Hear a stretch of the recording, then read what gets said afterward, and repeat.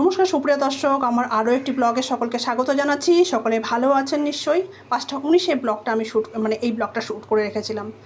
যথারীতি আমাদের ভোরবেলা উঠতে হয়, কারণ আমার মেয়েকে ক্লাবে যাওয়ার জন্য ভোরবেলা ডেকে দিলে ওকে একটুখানি 2-3 বার ডাকতে হয়। সহজে ঘুম ভাঙতে চায় না, তারপরে যাও বা উঠে যায়, তারপরে রেডি হয়ে ফ্রেশ হয়ে যায়, তারপরে আমিও ওকে তৈরি করে দিতে থাকি। মুড ভালো থাকে সে 2 ডাকেই উঠে যাবে। যদি কোনো দিন মুডটা বেজার মতো থাকে তাহলে তো হলো, চতুর্থ পঞ্চম দশম চলবে এরকম করে ডাকাডাকি করে ওঠে, ভালো করে ডাকবো, ভালো মুড দেখাবো, একটু ভালো হাসি দেবো, তারপরে সে উঠবে। আর যদি একটু জোর জবরদস্তি করে জোর করে ডাকি, কিরে উঠবি উঠবি তাড়াতাড়ি করে উঠলি, এরকম যদি মুডটা একটুখানি বেজার মতো করে আমি ওকে ডেকেছি, ও আমাকে সাড়াই দেবে না। তো আমি চেষ্টা করি সকালবেলা যত কিছু যাই হোক না আমার উপর দিয়ে, আমি যেন সকালবেলা ওকে আমার ফ্রেশ একদম হাসি হাসি চাঙ্গা চাঙ্গা মুখটা, একদম হাসি মুখটা যেন ওকে দিয়ে দেখিয়ে শুরু করতে পারি। তো সকালবেলা ও নিজে রেডি হয়ে গেছে, ক্লাবের ড্রেস পরে, আর লিকাপও পরে নিয়েছে, মোজাও পরছে, জুতোটা ও শুটা খুঁজছিল। তারপর আমি আগে ছাতুটা খেয়ে নিয়ে তারপরে আমি দিচ্ছি। আর ওদিকে ওনার ড্যাডি, ওনার পাপা উনি দাঁড়িয়ে আছেন ওনার জন্য, আর এদিকে উনি শু পরছেন। তো ওনার বাবা যথারীতি বাইক নিয়ে দাঁড়িয়ে আছে।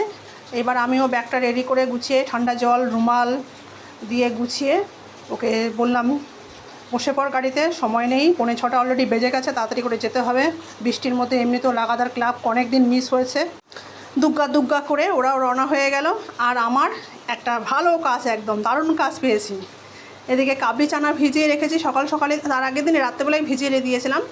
আর আমার 2টো মোচা এনে দিয়েছিল আমাকে গতকালকে। তো মোচা 2টো আমার আর রান্না করা হয়নি সেদিন, তো ভাবলাম আজকে রান্না করে ফেলি।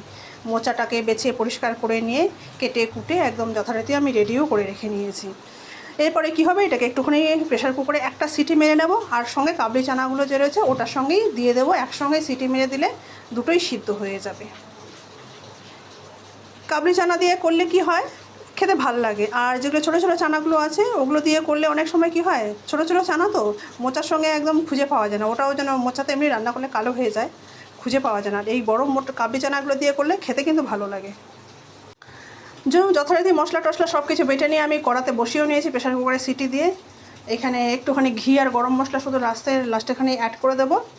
আর আজকে আমাদের 13 দিনের দিন, কালকে তো আমাদের শ্রাদ্ধ কাজ হয়ে গেছে অলরেডি, ওখানে কাটাডাঙ্গার ওখানে আমার বড়মশাই গেছে, আমি তো যাই না। তো যাই হোক, সেই সব কথা প্রসঙ্গে আসবো না। আমার বড়মশাই গেছে, ওতেই হবে।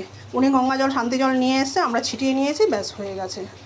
তো আজকে আমাদের যেহেতু নিয়মভঙ্গের দিন, তাই ঘরে মাছ তো করতেই হবে। শনিবার যদিও বাড়িতে মাছ খায় না, কিন্তু নিয়মভঙ্গ যেহেতু মাছ একটু করতেই হবে বাড়িতে। তো কাতলা মাছ এনে দিয়েছে, আমি কাতলা মাছটাকে এরকম রসা রসা করে নেব।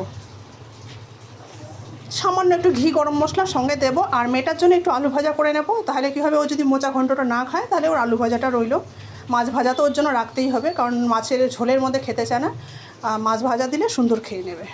এদিকে রান্না হতে আমার প্রায় শেষের দিকে রান্না, এটাকে ব্যাস নামিয়ে দেব। আর বাইরের ওয়েদারটা যা দেখলাম না, সকাল থেকে এত রোদ্দুর, তারপরে 11টা বাজতে বাজতেই একবারে বৃষ্টি ভেঙে চলে গেল। আমি প্রায় কলকাতায় আছি আজ থেকে প্রায় এখানে 12 বছর হয়ে গেল। 12 বছরে আমার অভিজ্ঞতায় এই বছরটা হচ্ছে 2025-এ সবথেকে হাইয়েস্ট বৃষ্টি দেখছি আমি কলকাতায়। তো এই ছিল আজকের আমার ব্লগটা, কেমন লাগলো অবশ্যই কমেন্টের মাধ্যমে জানিও। ততক্ষণ সবাই ভালো থেকো, সুস্থ থেকো, আবার দেখা হবে নেক্সটে। চলো টাটা, বাই বাই।